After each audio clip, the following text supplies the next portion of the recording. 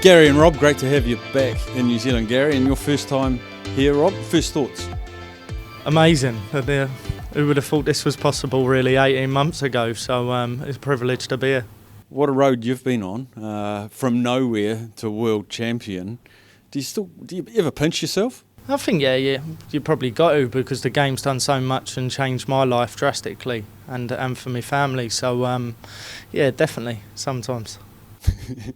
And Gary, you're fresh off, well, we say fresh, but you're knackered, aren't you, mate? I'm done. I'm absolutely done. Yeah, it was a nice 31 and a half hours coming across here, but it was good. You know, it was just straight from Blackpool Airport, straight on the plane and across, you know, so yeah, good night's sleep needed. You've won many, many titles. What does the World Matchplay mean to you? Because you're one of the most relaxed guys and go, it's just darts, but the World Matchplay must mean something. It does, but I mean, it's well known it's not one of my favourite tournaments. You know, every year that I drive to Blackpool should take me 3 hours, 11 and a half hours. Last couple of Fridays ago it took me. You know, the good old traffic in England, absolutely rotten it was. But the year before, 14 hours to get to Blackpool, you know, so it kind of does me nothing before I even get there. But yeah, to lift that title after all the years that I've been playing there, it was great. The top 8, top 4 rotate in and out a little bit. You've managed to maintain there.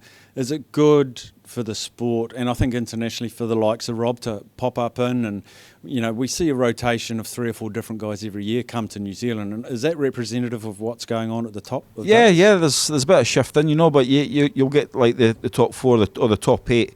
You know, it's quite hard to knock the boys out of that, especially if you're down the rankings. You've got to really qualify for all the big ranking tournaments to get your points. I mean, the last 3 years I've never touched a European tour, and that's 14 weeks, you know, and they keep trying to get me to do European. Not doing it. I'm not doing it, you know, and I'm still not doing it.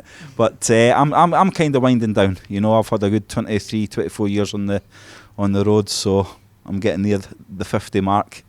So I'm starting to wind down and let these boys carry on. And Rob, you talked about how much it changed for you. How long did it take for you to feel comfortable just turning up to all of these tournaments with all these big names of darts? Because you were a massive underdog for the World Championships, let's be honest, and then you just thrust into the limelight. Was it uncomfortable to start with? I think turning up there, because when you talk to the other boys, it's a special tournament. So they all banging on about the Worlds, and I couldn't understand it. When I went there and I played my first game, actually, probably in a few months, and made me nervous. I come out first set, not so great, and then sort of picked myself up and pulled myself together from then on. But really, the comfortability, I come in last year, obviously starting out, and I thought it was going to be hard. And I spent 3 months on the tour, and I thought, I ain't that bad. I'm picking up, winning a few games. But the standard's going through the roof all the time, so you got to maintain it and stay on your game. If you don't, then I'll be down to Swanee. How much of it for you is mental then? Yeah, probably most of it, probably 90%. When you're up there and you got one dart in hand to change things for yourself, it's that split second. If you can pull that out every time, you're going to win a lot more games. It's probably 90% mental. Gary, we promise we won't show this video to the other players. Who's the guy that you'd rather not be on the same side of the draw as? You're happy to meet anyone in the final, but who's a stumbler? None of the boys, actually. I could name, like, Andy Smith was my stumbler. You know, boy played back in Britain. You know, didn't matter how well I played, could never beat him. But no, because when you're with this lot, you know what you've got to do. You know their game inside out.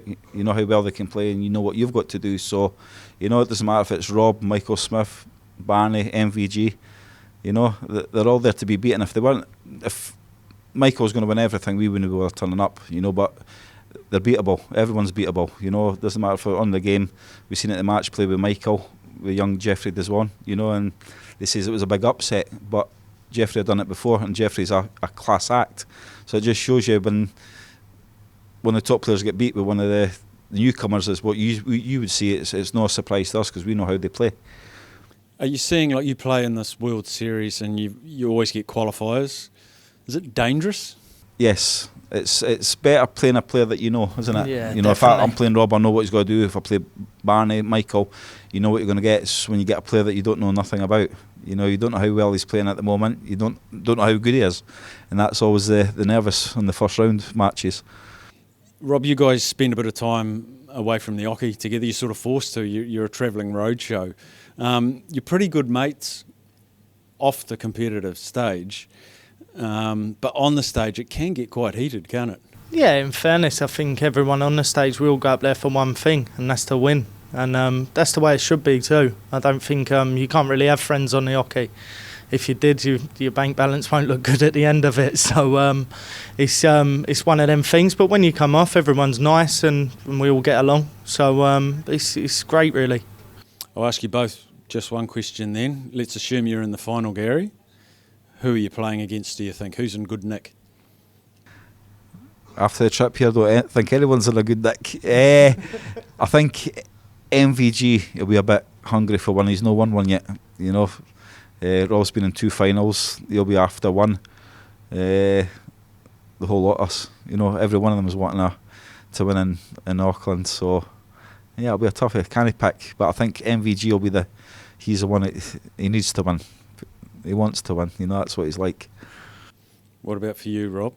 Well, if I was in the final, if you're in the final, who do you think you'd most on likely form to and everything? I think Gary's probably been probably the best player all year. Actually, he's been picking up titles. He's been playing really well. So probably Gary. Look, thanks again for coming back to Auckland. Partially you've picked and told to come, but I do get the feeling you do like coming down to New Zealand and taking part in these. Yeah, great. Just pity it wasn't a bit closer. 6-hour flight would be lovely, but no, it's been great. You know, first year I came, I stayed on an extra week, drove the island, never got as far down as the South Island, but that's definitely in the bucket list to do the whole tour. Well, both of you back, welcome anytime. Good to have you. Thank you. Thank you.